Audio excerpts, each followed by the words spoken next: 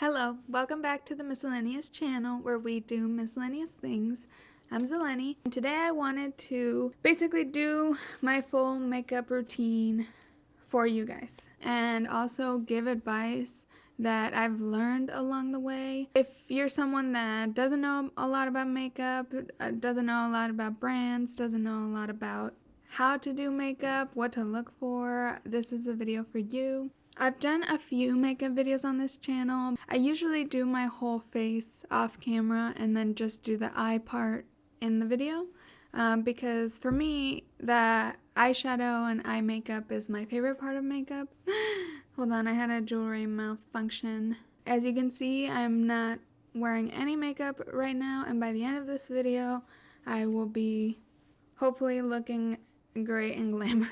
We hope. I finally now feel experienced enough and skilled enough at makeup to at least know how to orient a beginner and give some, I think, helpful advice. It can be very overwhelming. There's so many brands, so many techniques, so many YouTubers. It's just a lot. So I just wanted to share the things that I've learned. I started with makeup in 2018 after I broke my big toe. I don't know if it was that, but I think it was more that I had moved to an apartment that was like really close to an Ulta beauty store. That plus like just discovering the beauty YouTube community sort of made me go from zero knowledge to where I am now, which I feel like there's so many looks I've done that I'm proud of. I feel like I've really established some favorite products and things like that. So I haven't been applying makeup for very long. It's only been a couple of years, and before that I never wore makeup like at all. It's funny now seeing pictures of like me at my special occasions looking like fully barefaced. I think I grew up thinking makeup was enhancing beauty basically, and I think in 2018, I sort of discovered that makeup, for me, makeup is not about that at all. For me, makeup is like creative expression and artistic expression, and I've always been into doing art on paper, and I found makeup to be very similar. Makeup sort of became this ritual that I would do before I would go out, which I get very intense social anxiety when I go out and see people. So makeup and doing my makeup became this like therapeutic ritual before I went out. That was like a time of me being a little creative and just absorbing myself in something. It was just very calming for that sort of going out nervousness that I experience. I've always enjoyed putting together outfits and stuff, so makeup is just like another part of my outfit, and I get really excited just to like present myself to the world and use my appearance as like a form of self-expression. And speaking of that, I got my hair colored this week so that I can stop acting superior about not breaking quarantine to y'all. You're welcome. Just kidding. All my shade at quarantine breakers is at people partying. It's not against people getting their hair pink. I'm just kidding. I took the risk because I have curly hair and it was driving me insane. It was exhausting to wash it. I just really just needed a chop. And I've realized this length of hair I think might be my favorite. It's just like manageable enough and versatile enough without being super short either. Okay, so let's get started. I don't wear glasses when I put on makeup. I'm going to start with the face. Well, yeah, the whole thing is the face. Actually, before any makeup goes on your face, I definitely recommend getting some sort of skincare routine. I'm not the best about my skincare routine, and quarantine especially this year I've been sort of not the best at it. I do it like a few times a week. I usually moisturize before I start. I got my skincare routine from whatamood.com, which is a website, an app that gives you a personalized skincare routine after taking a quiz. My main problem is dryness, so that has really helped me with that, and I would definitely recommend getting some sort of skincare routine. I really trust this company. It's not sponsored in any way, but I just trust it because I know who started it, and I know she is a genius and also has the most perfect skin I've ever seen. My first step, I don't use primer. I don't really care for it. I don't see the point. I actually try to keep my face product super minimal. Like even with the lightest products, I look cakey. And I think that's just how makeup looks in real life a little bit. Maybe it's just that I'm that dry. If you're looking for lighter coverage on foundation, BB creams and CC creams are what they're called, those really light foundations. I use a CC cream by It Cosmetics. All foundations look yellow on me or orange very easily, even like the lightest one in the range.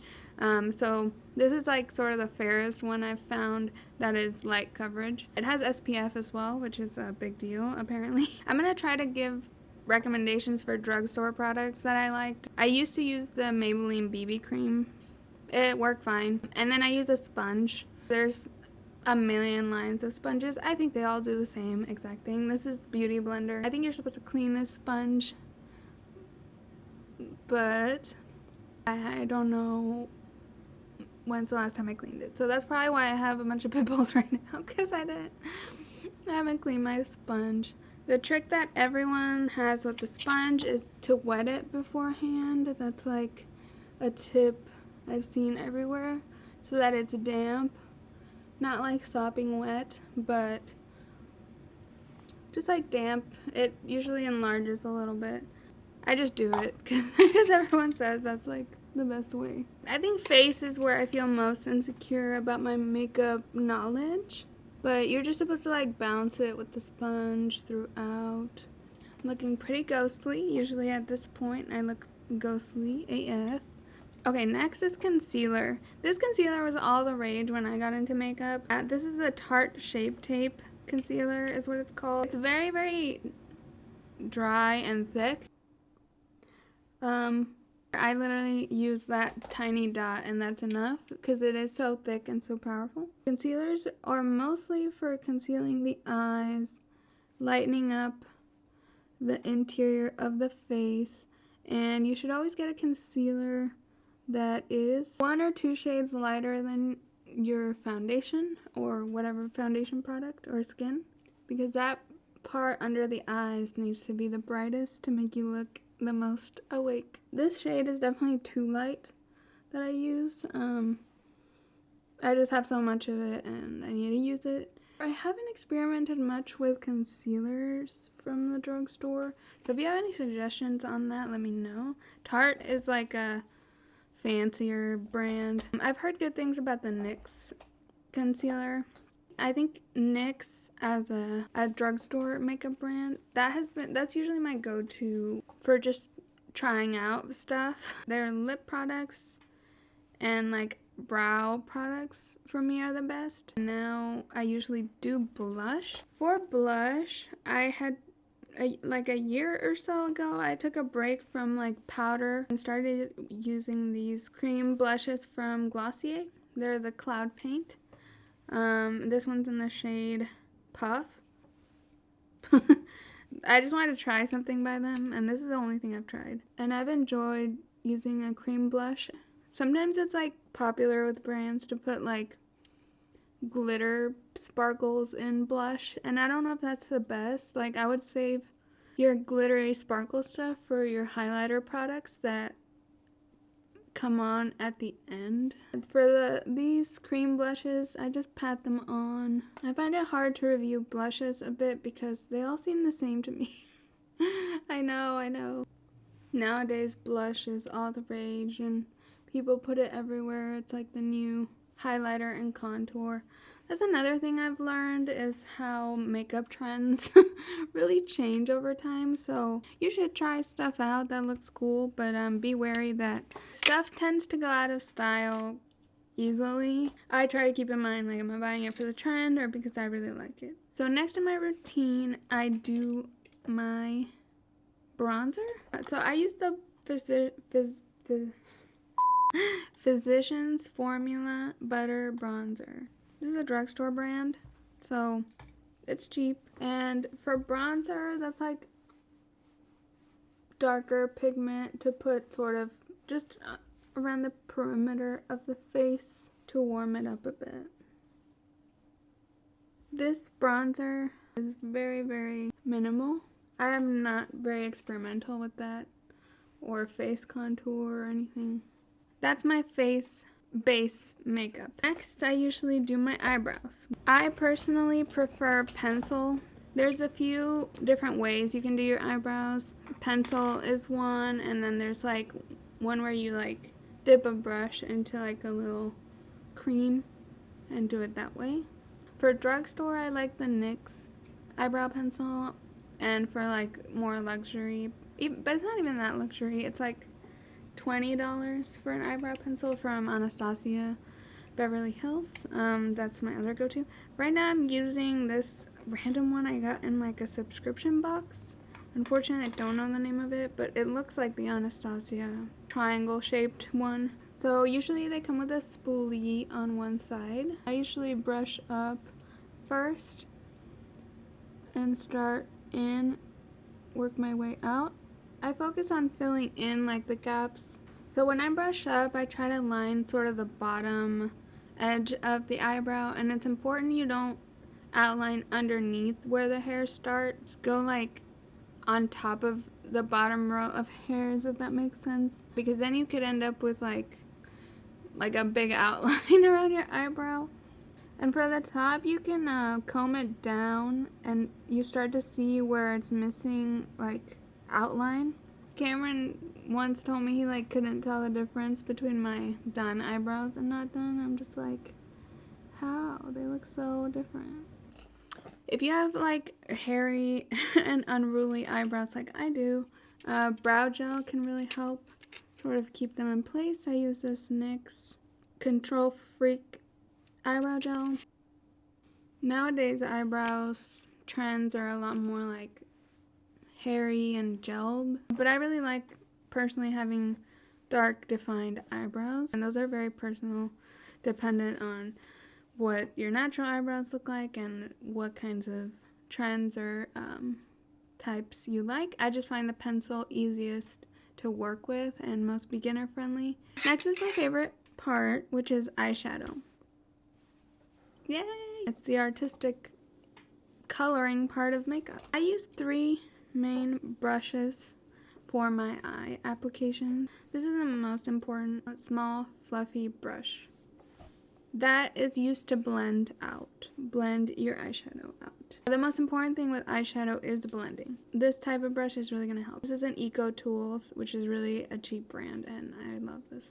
I really like using this. It's similar, it's a really short fluffy type brush. It's just like circular and very small. This one I use for like the crease or the darker areas and the outer corner, or the bottom lash line. It just gets a little more precise, but it still blends. And then this one's like a flat brush that I use for applying on the lid, like shimmery and sparkly eyeshadows.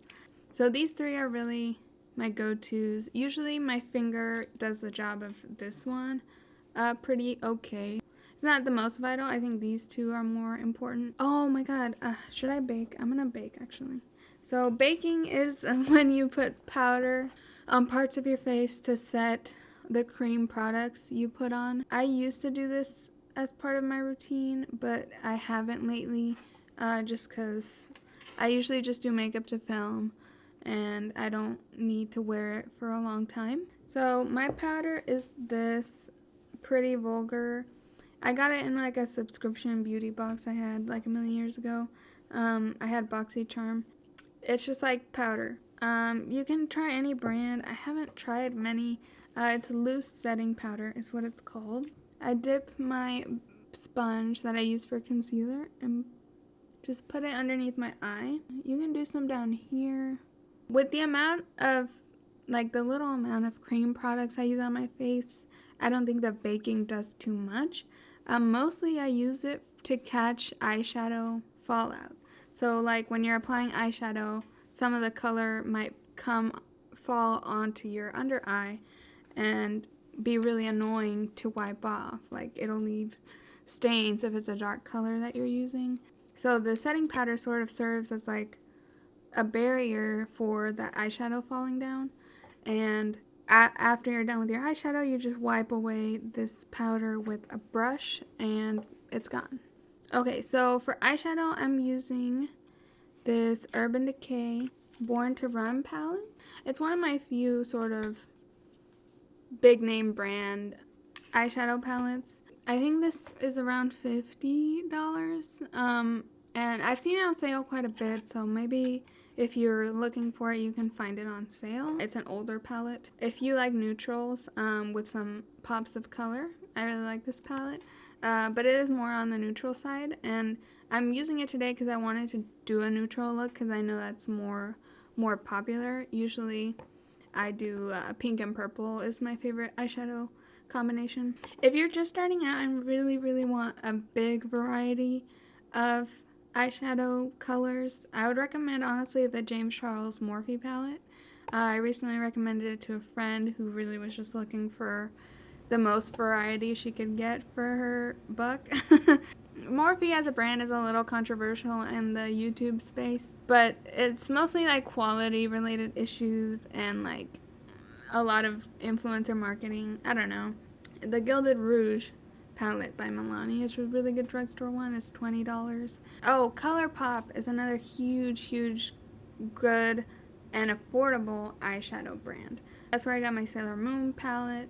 And they do a lot of monochromatic eyeshadow palettes, so I find it difficult if you're trying to like expand and have a lot of colors in your collection right away. But if there's like a certain color story that you really like I like a lot of pinks, or I really want a blue eyeshadow palette of just the blues, ColourPop has amazing options, and they're generally pretty good quality. So on your eyeshadow palette, whichever eyeshadow palette you have, what you're gonna want to start with is a transition shade. Usually that's like a medium-ish shade in your palette, and this is gonna go in your crease and like around it, blend it out around the crease. So I'm using Riff.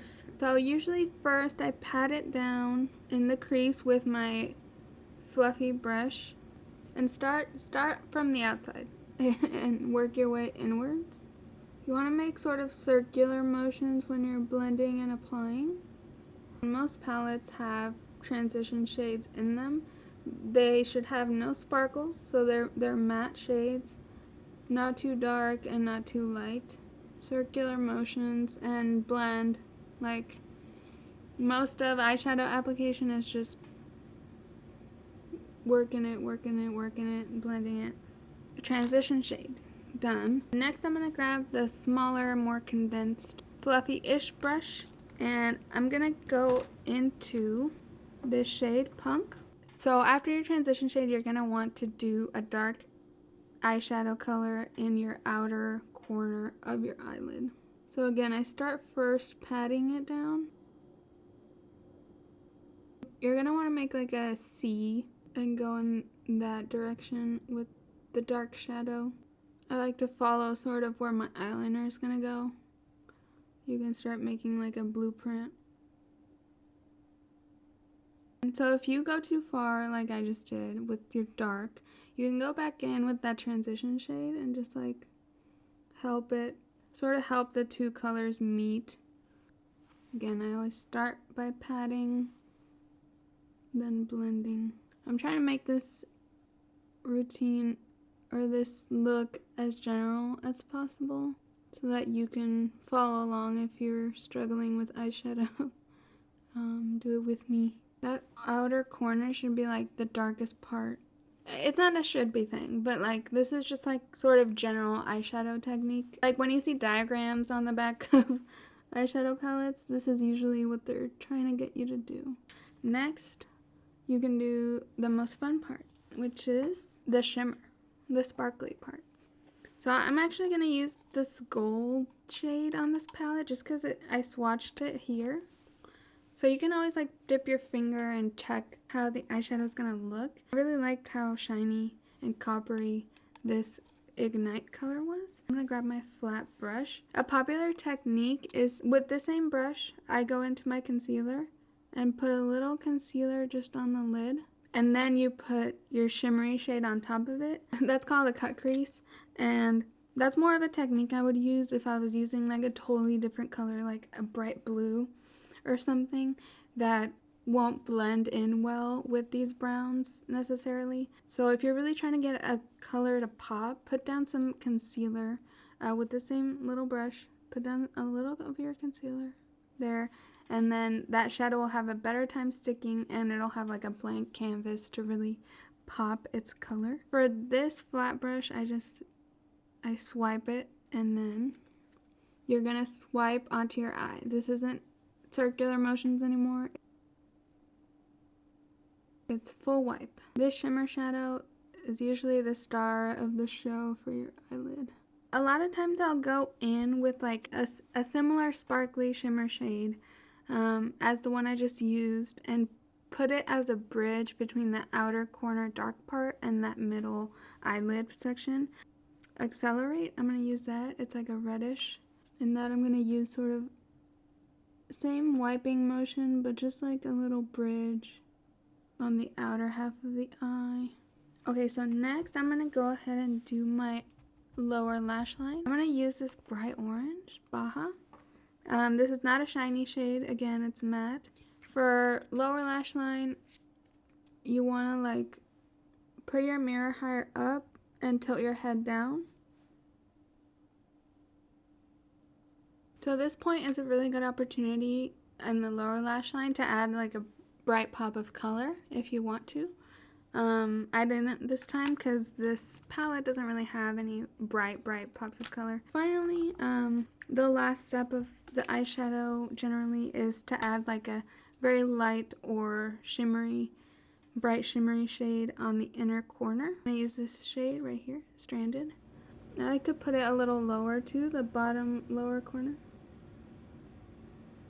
I think those components will make for a pretty foolproof eye look. One last tip I'll give about eyeshadow is that don't be afraid to buy singles of like a shade you really like. I really love these creamy shadows by ColourPop, Super Shock Shadow. Like a lot of times these, I just put my finger and put it all over the lid and my eyeliner and I'm good to go.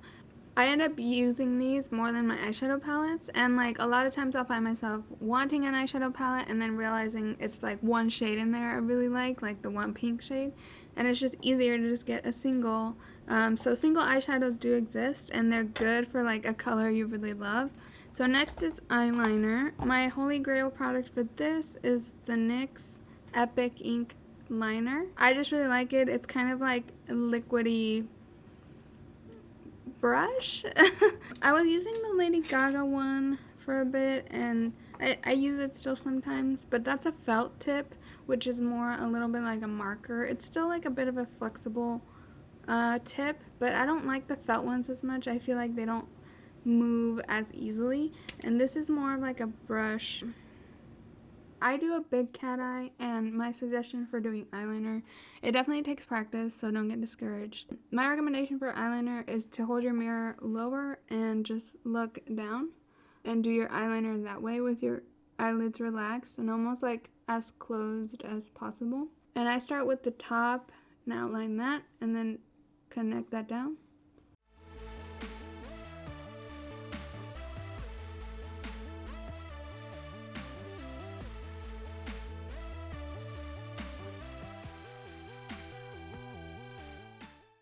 Eyeliner is very personal, so like you can break the rules. I mean, with any part of makeup as much as you want.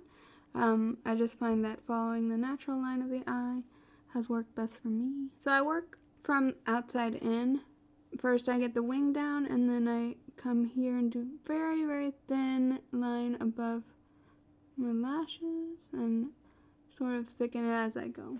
You can do it with dark eyeshadow if you have like a thin angled brush. And for hooded eyes, I would recommend looking for someone that has hooded eyes because they have different eyeliner techniques that look, I think, better for that eye type. Okay, next is mascara. So I used this one just because I think I got it. I got it also in that subscription box.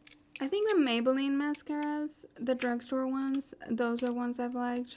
And I want to go get another one because this one's super dried out. But this is the Too Faced Better Than Sex mascara. So I do top lashes first, then I do bottom. I think that finishes up my eyes. Now I need to wipe off the powder that I had put underneath. So lastly, I do some highlighter. I use a drugstore Wet n Wild highlighter. I've been using this since 2018. It doesn't close right. It's a shade Blossom Glow, and I just put some on the cheekbone.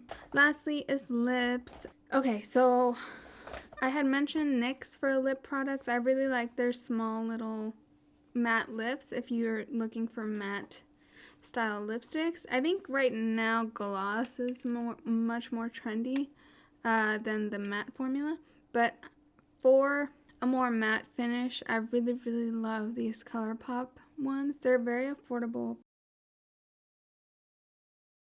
I've been using this NYX lip oil thing for like a gloss finish. My favorite gloss of all time is this DC Cosmetics Lemonade. I was wearing it when I took the best picture I've ever taken with my wig and little blazer. Okay, so I'm gonna put the lip oil on top. So that is my makeup all complete. I would really encourage you to play with makeup if you so desire to, if you think it might be a cool form of self-expression, or if you already wear makeup and feel overwhelmed by it. It takes some practice. There's a lot of YouTube videos out there, and just find YouTubers that have similar features in whatever way as you. I think that's the most helpful. Also, be wary of YouTubers selling you stuff. I definitely fell for many YouTuber product recommendations that were more like sponsory, and like I could have bought any other thing and had the same results. And if you need recommendations, let me know. Comment below of any product recommendations. I'm not like any kind of super expert at makeup. I just practiced a lot, and I really enjoy using it as a mode of like relaxing before events, when we had events. I'm gonna put my glasses back on. Ooh, I look cute. I couldn't see myself before. Let me know if you like my new hair. I broke quarantine. Hope I don't get COVID. Wait. I hope you enjoyed this video.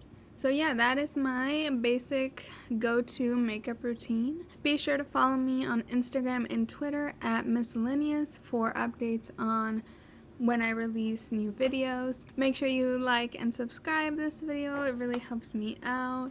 And I will see you in the next one. I didn't get my beauty guru montage.